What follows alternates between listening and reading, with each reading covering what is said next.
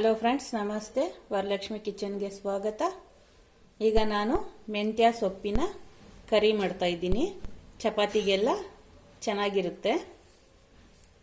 ಅದಕ್ಕೆ ಬೇಕಾಗಿರೋಂಥ ವಸ್ತುಗಳು: ಮೆಂತ್ಯ ಸೊಪ್ಪು 1 ಕಟ್ಟಷ್ಟು ತಗೊಂಡಿದ್ದೀನಿ,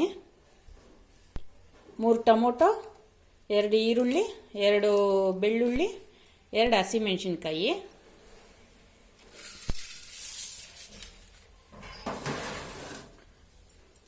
ಆಮೇಲೆ ಸ್ವಲ್ಪ 1 ಸ್ಪೂನಷ್ಟು ಎಳ್ಳು, ಕಡಲೆ ಬೀಜ 1 ಸ್ಪೂನಷ್ಟು, ಕಡಲೆ ಹಸಿಟ್ಟು 1 ಸ್ಪೂನು, ಧನಿಯಾ powder 1/4 spoon, garam masala 1/4 spoon, chilli powder 1/4 ಸ್ಪೂನೆ, ಆಮೇಲೆ ಟರ್ಮರಿಕ್ ಪೌಡ್ರು 1/4 ಸ್ಪೂನು. ನಿಮಗೆ ಖಾರ ಬೇಕು ಅಂದರೆ ಇನ್ನೂ ಸ್ವಲ್ಪ ಹೆಚ್ಚಿಗೆ ಹಾಕ್ಕೊಳ್ಳಿ. ಮಾಡೋದು ಹೇಗೆ ಅಂತ ನೋಡೋಣ. ಎಳ್ಳು ಫ್ರೈ ಮಾಡ್ಕೊಳ್ಳೋಣ.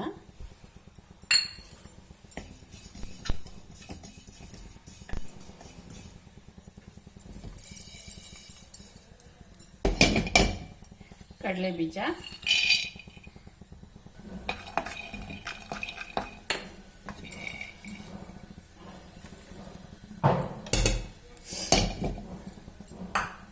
ಈಗ ಕಡಲೆ ಹಸಿಟ್ಟು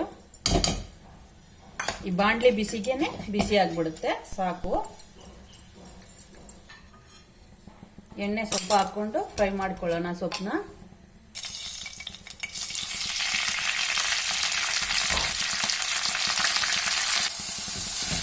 ಒಂದು ಪ್ಲೇಟ್ಗೆ ಹಾಕೊಂಡ್ಬಿಡೋಣ. ಸ್ವಲ್ಪ ಎಣ್ಣೆ ಹಾಕೊಂಡು ಜೀರಿಗೆ, ಮೆಣಸಿನ್ಕಾಯಿ, ಬೆಳ್ಳುಳ್ಳಿ, ಈರುಳ್ಳಿ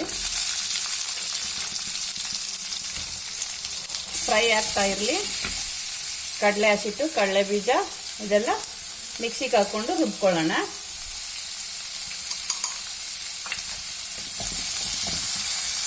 ಪುಡಿ ಮಾಡ್ಕೊಂಡಿದ್ದೀನಿ ಕಡಲೆಕಾಯಿ ಬೀಜ, ಎಳ್ಳು, ಕಡಲೆ ಹಸಿಟ್ಟು, ಈಗ ಟೊಮೊಟೊ,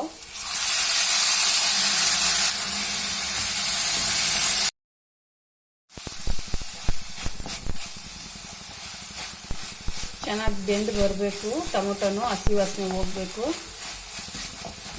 ಒಂದು 5 ನಿಮಿಷ ಬಿಡೋಣ ಬೇಯೋಕ್ಕೆ.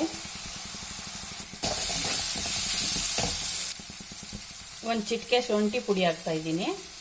ನಿಮ್ಮ ಹತ್ರ ಶುಂಠಿ ಇದ್ರೆ ಸ್ವಲ್ಪ ಹಾಕ್ಕೊಳ್ಳಿ ಪೇಸ್ಟು.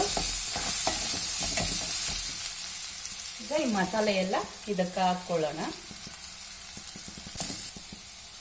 ಸ್ವಲ್ಪ ಕಡಲೆಕಾಯಿ ಪೌಡ್ರು 2 ಸ್ಪೂನ್ ಅಷ್ಟು ಹಾಕ್ತಾ ಇದ್ದೀನಿ.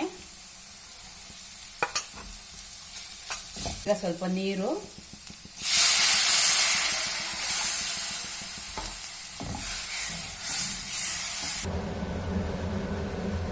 ಕುದಿಬೇಕು.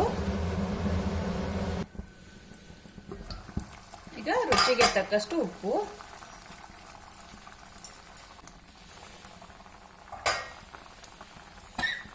ಈಗ ಸೊಪ್ಪು ಹಾಕೊಂಡ್ಬಿಡೋಣ.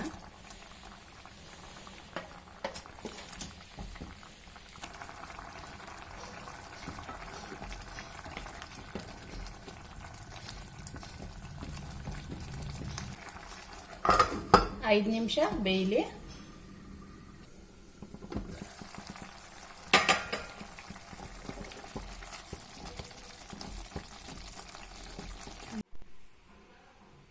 ನೋಡಿ, ಮೆಂತ್ಯ ಸೊಪ್ಪಿನ ಕರಿ ರೆಡಿ ಆಗಿದೆ. ಚಪಾತಿಗೆ, ದೋಸೆಗೆ ಎಲ್ಲ ಚೆನ್ನಾಗಿರುತ್ತೆ. ನೀವು ಒಮ್ಮೆ ಈ ಥರ ಮಾಡಿ ತಿನ್ನಿ. ಇಷ್ಟ ಆದರೆ ಲೈಕ್ ಮಾಡಿ, ಶೇರ್ ಮಾಡಿ, ಸಬ್ಸ್ಕ್ರೈಬ್ ಮಾಡಿ. ನನ್ನ ಚಾನಲ್ ನೋಡಿದ್ದಕ್ಕೆ ಧನ್ಯವಾದಗಳು ಫ್ರೆಂಡ್ಸ್.